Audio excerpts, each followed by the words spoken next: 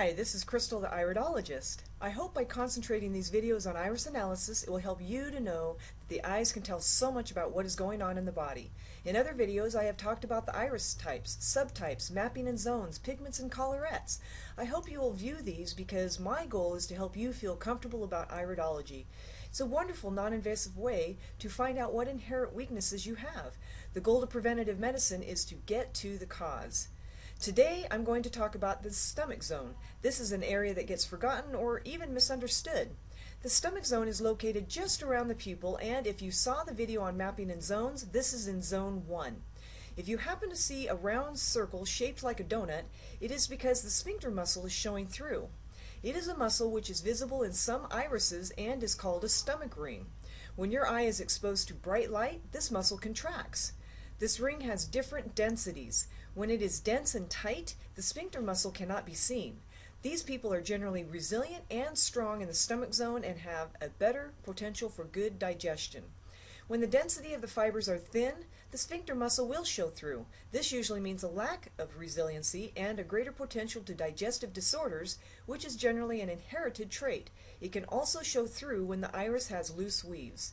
Separated fibers are usually a measure of low resilience and indicates a potential inherited digestive disorder. Next, we look at color. It is an important element in determining how well our stomach is processing foods. If the stomach zone is white, whiter than the rest of the iris, there is a potential for too much acid in the stomach. These people generally have excess burning, burping, and bloating, especially after a meal. Stay away from acidic foods in general. A good rule of thumb would be to have a ratio of 80% alkaline to 20% acidic foods. Acidic foods to especially stay away from would be coffee, black tea, soda, and citrus.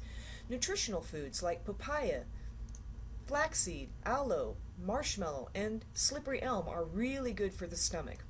When the stomach zone is gray or darker than the rest of the iris, then there is an inherited potential for a lack of hydrochloric acid and digestive enzymes. Proteins are harder to digest, and there is a tendency to be constipated. Chlorella and flaxseed oil are great nutritional foods. Next, we look at the pupillary border. Some have called this iris sign the absorption ring. It is the dark ring that is present in some irises just around the outer edge of the pupil border. It should be present in every iris, and it is usually black in color. It is made of brain, nerve, and spinal cord tissue, so in other words, you are observing live brain tissue. It is sensitive to light, so when the light hits it, it tells the sphincter muscle to contract, and when you enter a room, it tells the muscle to open the pupil wider.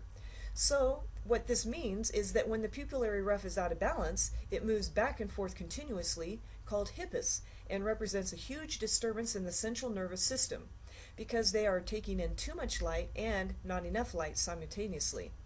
I hope this video gave you a better understanding on just how valuable iridology can be in determining inherent weaknesses. Please contact me on Facebook, Crystal the Iridologist, or email me, crystal@healthherbs.com.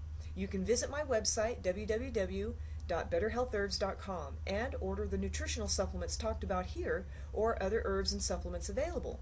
You can view any of my other videos on YouTube or on www.positivelifech.blogspot.com, or gain more knowledge on how to live a healthier life on herbalhealthreview.com. Good health to you.